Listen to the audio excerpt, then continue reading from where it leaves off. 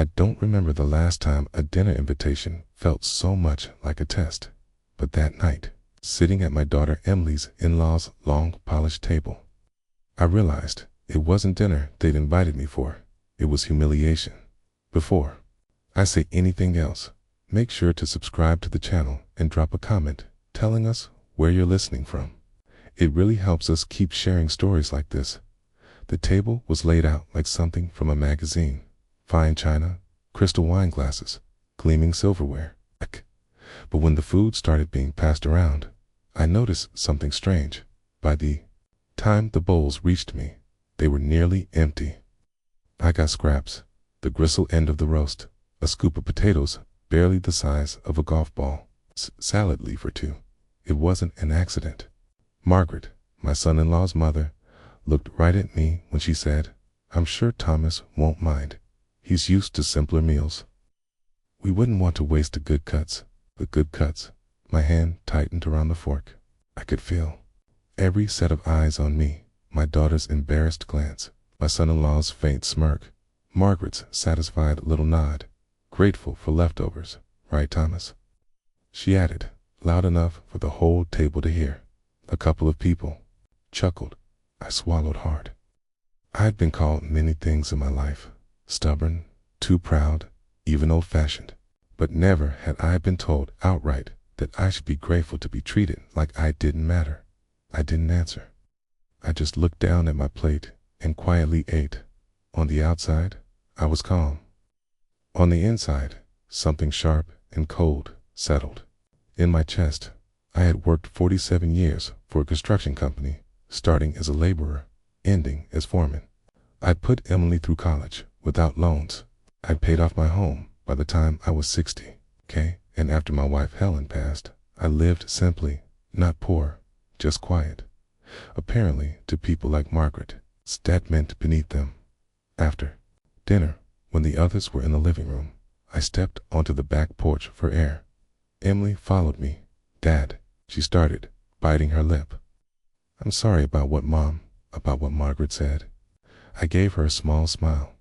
"I'm fine, honey." "You're not," she said, frowning. "I know her. She meant it." "She did," I agreed. "And that's all right. People like that, they think kindness is something you earn from them." Emily hesitated. "Dad, there's something else. Didn't want to bring it up tonight, but she's been talking to Andrew about selling your house." I stared at her. Selling my house? Why would she says it's wasted space? That if you liquidated it, you could move into a senior apartment closer to us, and she keeps talking like the money would be managed by Andrew for the family. I let out a slow breath. This wasn't about a roast or a few scraps of potato. This was about control. It's about making me feel small enough to hand over what I'd worked for my whole life. And if Margaret thought she could pull it off by wrapping it in family concern, she was in for a surprise. The next week, I got a phone call from Andrew Thomas. He said, in his easy, too friendly voice, "We were thinking about your future. That big old place of yours must be hard to maintain. I have a friend in real estate who says the market's perfect right now." I cut him off. "I'm not selling my house, Andrew." There was a pause. "Well, of course, it's your choice. But we just think it's." I said no. Another pause. "You don't need to get defensive. We're just trying to make sure you're taken care of. Taken care of, like a stray dog." After that, little things started happening. My mailbox would be left open in the rain, ruining my letters. I'd get calls from insurance companies asking if I wanted to update my long-term care plan, all referring to me by my son-in-law's name. One afternoon, Margaret herself stopped by. She didn't even step inside. "I've been thinking, Thomas," she said. "You could make things much easier for everyone if you just simplified. Sold the house, moved into a nice place with friendly staff. You'd never have to worry again." I smiled politely. "I'm not worried now." Her lips tightened. "Well, we'll see." That night, I sat in my kitchen, the house quiet around me, and thought about Helen. She'd love this place. the creak of the floor in the hallway, the lilacs in the backyard, the old oak by the porch where Emily used to read. No one was going to push me out of it, but I wasn't going to just dig in my heels. No, if Margaret and Andrew wanted to play games, I'd play them better. The first step was finding out exactly what they thought they could get from me. I called an old friend, Gerald, who'd been my neighbor years ago and was now a lawyer. Gerald said, hypothetically speaking, what would it take for someone to try to take my house from me? Well, he said, if you've got no debts and you're of sound mind, they can't. Not legally. But they might try to convince you to sign something, a joint ownership agreement, or even a trust they control. Could they? Forge it? I asked. Gerald hesitated. They could try, but that's fraught, and if you catch them, it's serious. Serious was exactly what I wanted, because something told me this wasn't going to stop with polite suggestions. I'd seen that look in Margaret's eyes, the kind of hunger that made people bold, and bold people, if you gave them enough rope, would hang themselves. A week later, Emily came by alone. She sat at the table, hands wrapped around her coffee cup. Dad, she said quietly, I think Andrew's going to bring you some papers soon. He says they're just for emergency purposes, but I looked at one. It's a transfer of title. Okay. My jaw tightened. Did you sign anything? And I told him you wouldn't either. He got mad, said I was too sentimental. Good, I said. Let him get mad. I could see in Emily's face that she was torn, caught between loyalty to her husband and loyalty to me. I didn't blame her. People like Andrew could be charming when they wanted to be, but now I knew they weren't just circling. They were getting ready to strike, which meant it was time for me to stop sitting quietly and start setting this trap. That night, I went into the attic and pulled out a box Helen had labeled years ago.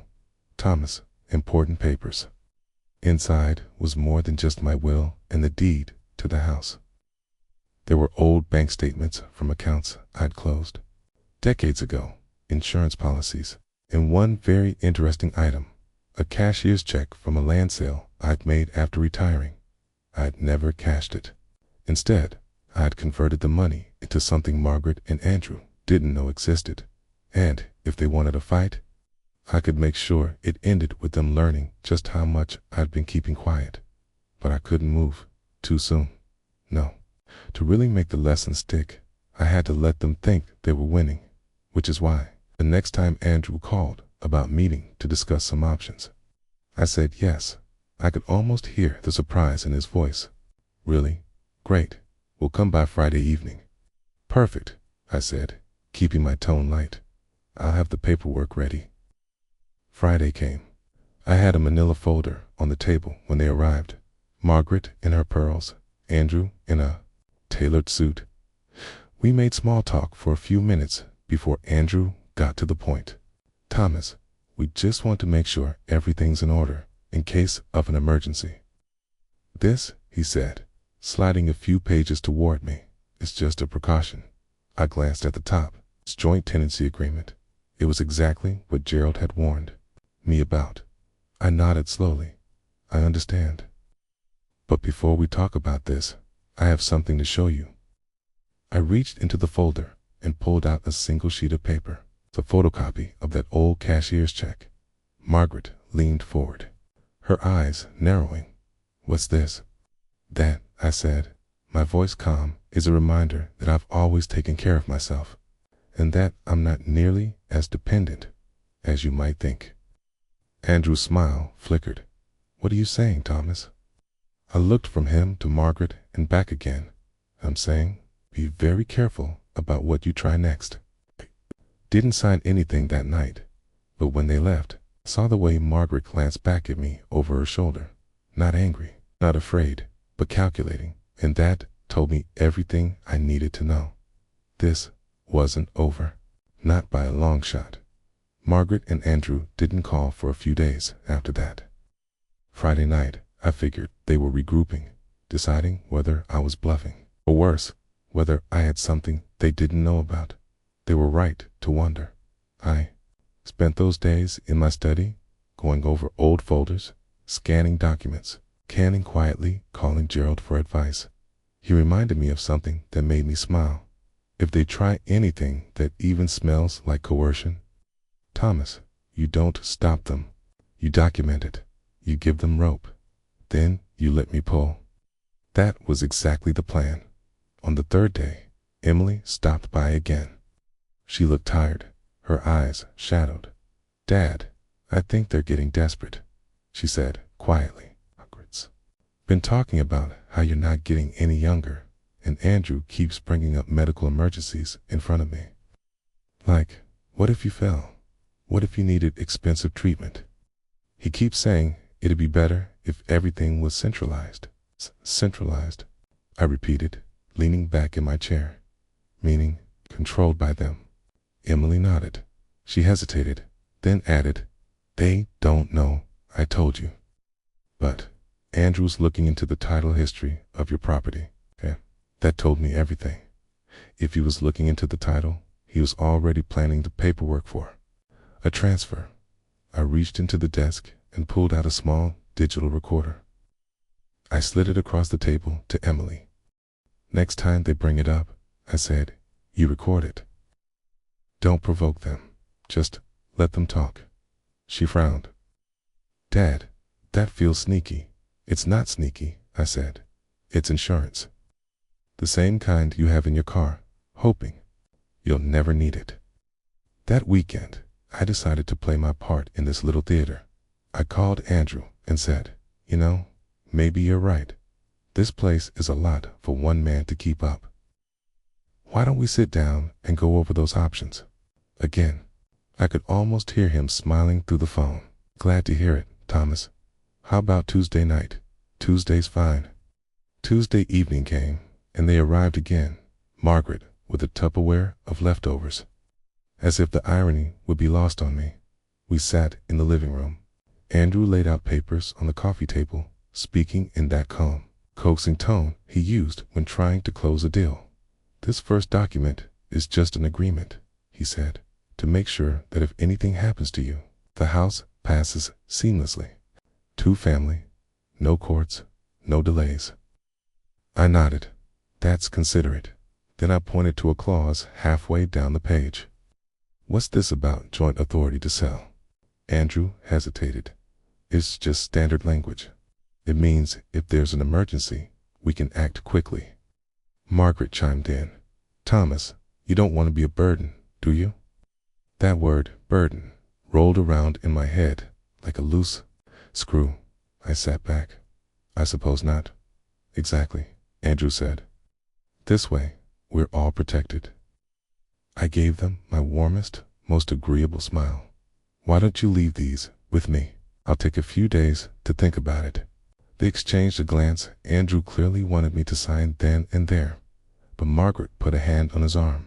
Of course, she said smoothly. Take your time. We trust you. Trust me. That was rich. After they left, I called Gerald. Again, I faxed him the documents, and within an hour, he called back. Thomas, this isn't a joint tenancy agreement. This is a full transfer of controlling interest. If you signed this, they could sell your house without asking. I let out a slow breath. Exactly what I thought. Gerald's voice dropped. Camus, these people are family. Tease, but what they're doing isn't just unethical. It's criminal if they pushed you into it. Then let's make sure they push, I said. For the next 2 weeks, I kept the act going. I made little comments to Andrew about how the gutters were a pain to clean, how the taxes seemed to creep up each year. Margaret, smelling weakness, started stopping by with helpful articles about retirement communities. Emily kept recording. One clip she brought me nearly made my jaw clench hard enough to crack a tooth out in it. Andrew said, look, if he drags his feet, we can always tell him the market's crashing. Or we bring up the hospital thing. He's old. He'll want stability. That was the rope. And they were pulling it tighter around themselves with every word. Then, one evening, I got the call I'd been waiting for. Thomas, Andrew said, We've got everything ready. We'll bring the papers by tomorrow. Margaret's made her famous roast. You can sign over dinner, and we'll celebrate as a family. I agreed without hesitation. Sounds perfect. Andrew, I'll be ready. My ready and his ready weren't the same thing.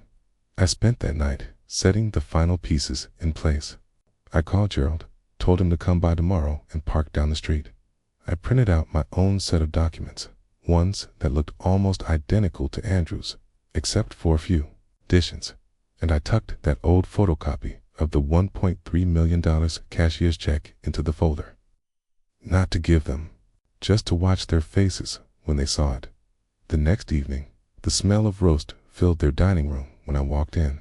Margaret greeted me with that sweet, poisonous smile. Thomas, we've been waiting for you. The table was set, the plates piled high, and this time I noticed my portion was generous. They were buttering me up. Literally, we ate, made small talk, and then Andrew cleared his throat. So, shall we? He laid out the papers again. Margaret slid a pen toward me. I leafed through the pages slowly, deliberately. Then I pulled out my own folder and set it beside his. What's this? Margaret asked. Just something I want you both to see before I sign anything, I said calmly. I opened the folder to the photocopy of the check. Andrew's eyes flicked to it, then back to my face. That, I said, is from a land sale years ago. Put the money somewhere safe, very safe. And if I ever feel pressured to give up my home, I'll take that money and make sure it's used in a way you'd both hate. The room went quiet. Margaret's smile faltered. Thomas, no one is pressuring you, then there's no problem, I said, sliding the papers back toward Andrew. 'Cause I'm not signing. Not today. Not ever. Andrew's jaw tightened. We're just trying to protect the family's interests. I leaned forward. Okay? No, you're trying to protect your interests. And I've got news for you. This family doesn't work like that. The air in the room shifted. Margaret looked away first. Andrew gathered the papers without another word, but I knew them well enough to know this wasn't the end. And sure enough, the very next morning, I found something in my mailbox that told me they'd decided to try a much dirtier game. It was a letter from a senior planning agency saying I'd requested information on transferring property into a managed family trust. Only I hadn't. I held that letter in my hands, the paper trembling slightly from the weight of what it meant. They weren't just going to push, they were going to forge. And that meant my plan had just moved from defense to checkmate. That letter sat in my lap for a long time. I read it 3 times, not because the words were complicated, but because I couldn't quite believe my own in-laws had crossed this particular line. A forged request. If they'd mailed it to me, they'd mailed it to the agency too. It was a bold move. Too bold. And if there's one thing I've learned in 73 years, it's that boldness, when paired with arrogance, is a man's undoing. I wasn't angry, not in the red-faced, shouting sense, no. My kind of anger runs quieter. It's the kind you sharpen, the kind you put away in your pocket until you need it. I picked up the phone and called Gerald. They've stepped in it, I told him. I got a letter from some so-called senior planning agency. Says I requested info about putting the house into a family trust. I didn't. Did you keep the envelope? He asked immediately. Yes. Good. Bring it to me. And Thomas, don't throw anything away, even junk mail. They're forging your name, they'll leave a trail. That afternoon, I drove into town. The letter in a manila envelope on the passenger seat. Gerald studied it for less than a minute before he nodded. Postmarked 2 days ago. That's our timeline. This is attempted fraud, and if they actually submit anything with your signature forged, well, it stops being attempted. I leaned back in the chair. How do we make sure they do exactly that? He smiled slowly. He let them think they're winning. The next day, I paid Margaret and Andrew a visit. They were in the backyard. Andrew fiddling with the barbecue, Margaret arranging flowers in a vase. Afternoon, said lightly, leaning on the fence. Been thinking about what we talked about the other night. Margaret's eyes flickered, just for a second, but she smiled. I shrugged. You're right. I don't want to end up in a mess if something happens to me. Maybe this trust idea isn't so bad. Could save trouble later. Andrew tried to hide the satisfaction in his voice. Glad you're coming around, Thomas. We can get the paperwork sorted fast. Just like that. The hook was in. 2 days later, Emily came by. She was pale, clutching another recording device. Dad, they're planning to meet with a notary without you. They're going to sign your name on a pre-filled deed transfer. She set the recorder on the table, hit play. Andrew's voice filled the room. If we get the notary to stamp it, all we need is to file it. He won't know until it's done. By then, it's too late. I sat there for a long time after the recording ended. Finally, I said, Emily, we're going to let them do it. Eyes went wide. What? Dad, trust me, I said. The only way to nail a thief is to let him try to steal. The next week was a performance worthy of Broadway. I let Margaret fuss over me at Sunday dinner. I let Andrew explain how trusts work as if I were a schoolboy, and every time they dropped a little bait, I took it. I nodded, agreed, even thanked them for looking out for me. On Thursday, I accidentally left a stack of old bills on the kitchen counter when they visited. The top one had a big red past due stamp, a fake I'd printed myself. Margaret's eyes darted to it like a hawk spotting a mouse. By Saturday morning, they'd set the trap. Emily texted me, they're meeting the notary at 3 today. At their house. I called Gerald. It's happening. I'll have a plainclothes officer in the area, he said. And Thomas, bring the envelope from the agency letter. It'll help tie the forgery to them. At 2:45, I parked a block away from Margaret and Andrew's place. Gerald's car was already there, down the street. Another sedan I didn't recognize, the plainclothes cop, sat 2 houses over. I walked up the driveway like I didn't have a care in the world. Inside, Andrew was at the dining table with a man in a gray suit, the notary. Margaret was pouring coffee, all smiles. Thomas, perfect timing, she said. We're just about to get started. I looked at the document on the table. My name was there, already signed in neat, unfamiliar handwriting. Go ahead, Andrew said, sliding it toward the notary. Just need you to witness. The notary frowned slightly. Sir, you need to sign this yourself. That's all right, I interrupted calmly. I'd like to watch for a moment.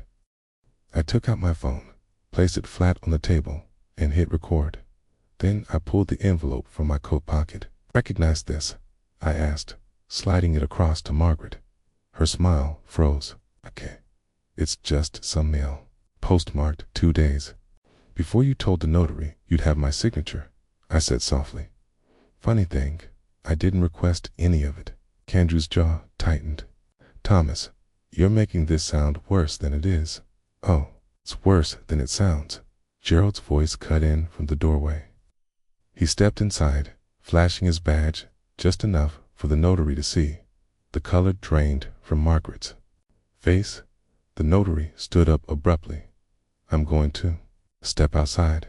Gerald nodded. Probably a good idea. Andrew tried to bluster, but every word just tangled him further. Emily arrived mid-sentence, recording everything. Finally, when Andrew realized there was no escape, he dropped into a chair, head in his hands. Margaret muttered something about just trying to help. I leaned forward, my voice calm but steeled. No, Margaret. Helping is bringing a neighbor soup when they're sick. Helping is fixing a leaky roof. Forging a man's name to steal his house isn't helping. Gerald gathered the papers, the forged signature, the envelope, Kay, and Emily's recordings. The plainclothes officer stepped inside to take formal statements. It was over. Or so I thought, because later that night, I got a call from Gerald, and what he discovered in their bank records made my blood run cold. Gerald didn't waste time with pleasantries. Thomas said over the phone, "You need to come by the office first thing in the morning. There's more here than you realize." What more could there be? I asked. We already caught them trying to forge my signature. He hesitated. "You'll see. Bring your checkbook." That last part threw me. Gerald wasn't the kind of man to mix business and drama. When he said, "Bring your checkbook," it wasn't about paying him. It meant there was an opportunity on the table. The next morning, I stepped into his office, coffee in hand, and sat across from his desk. Gerald pulled out a thin folder and laid it flat. "This is from a quiet look into Margaret and Andrew's financial activity over the last 2 years. It's completely legal. We used publicly available property records and business filings." He flipped the folder open. 3 months ago, Andrew put in an offer on a lakeside vacation home. All cash, but the deal stalled because the seller got cold feet. Around the same time, Margaret applied for a line of credit, 6 figures, using her aunt's house as collateral, without telling her. I whistled low. "That's ambitious." "It's worse," Gerald said. 2 weeks before they tried to get your house, okay, they signed an agreement to purchase a restaurant property downtown, the same one your late wife used to love. It fell through because their financing got pulled. I stared at him. "You're telling me they tried to get my home to fund a restaurant purchase?" "That's exactly what I'm telling you," Gerald replied. "They thought if they could use your property as leverage, they could close the deal." That restaurant wasn't just any building. It was Lillian's, single quotes, Lillian. My wife had been a hostess there for 15 years before we married. Even after she retired, we'd go there every anniversary. She knew the waitstaff by name when she passed. I hadn't been able to set foot inside without feeling the weight in my chest, and now I was hearing that my in-laws would mock me for still grieving, had tried to steal my home to buy that place for themselves. It wasn't about money anymore. It was about honor, about memory, about making sure their smug little smiles turned into something else entirely. I leaned forward. "Gerald, is the restaurant still for sale?" He smiled faintly. "It is. The owner's in no rush, but he's been having trouble keeping it running. He's willing to talk numbers. Set it up," I said. "No, don't set it up. Just buy it." "It's Thomas. It's a 7-figure deal," I said. "Buy it." I won't lie to you. Writing that check made my hand tremble. Not because I couldn't afford it, but because I knew exactly what I was about to do with it. 2 weeks later, Lillian's restaurant was mine. I didn't change the name, didn't change the menu, didn't even change the curtains Lillian had always said were too frilly. The only change I made was to the ownership, a quiet little detail that would stay in my name. And then I waited. Margaret and Andrew had been laying low since the forgery attempt, acting polite when they saw me, but keeping their distance. I knew their kind. When their money trouble got bad enough, they'd circle back. They'd check in on me, butter me up, and find some new angle to pry at my life. That moment came on a Wednesday afternoon. Andrew called, voice syrup as wheat. "Thomas, just wondering if you've been down to the old Lillian's lately. Heard the owner's thinking about selling." I smiled to myself. "Is that so?" "Yeah, and, well, Margaret and I were talking. Maybe we could partner on it. It could be a family business, you know?" "I'll think about it," I said, keeping my voice mild. "Why don't we meet there Friday night?" My treat. Friday came. I got there early, told the manager, who now worked for me, to reserve the best table. I also asked him to let me handle the bill discreetly. At the end, Margaret and Andrew arrived, dressed like they were auditioning for a country club membership. "Oh, this place," Margaret sighed, looking around, "brings back memories." "Yes," I said quietly. "Plenty of memories." We ordered. We ate. They talked about business opportunities and helping each other out. By dessert, Andrew leaned forward. "So, Thomas, about that restaurant purchase. We've done some numbers, and with the right investment, I raised a hand. Andrew, before we get into that, I have something to tell you. I reached into my jacket and pulled out the folded deed, the one showing me as the new owner of Lillian's. This, said, laying it on the table, is why the restaurant isn't available. I own it. Their faces froze. I bought it 2 weeks ago, I continued, my voice calm but steady. Paid in full. No loans, no partners. Margaret's jaw tightened. Why would you do that? You don't even eat here anymore, I finished for her. True, but Lillian loved it, and I'll be damned if I let either of you put your grubby fingerprints on it. The silence at that table was heavy. I leaned in just a little. You told me I should be grateful for leftovers, that I couldn't afford anything better. Well, I bought the whole restaurant, and I won't be serving you anything. Andrew's face flushed dark red. Margaret's lips pressed into a thin white line. I stood, left cash for the bill, and walked out without looking back. But I wasn't finished, because the very next morning, I called Gerald and told him I wanted one last move, something that would make sure Margaret and Andrew never got near my property, my assets, or my name again.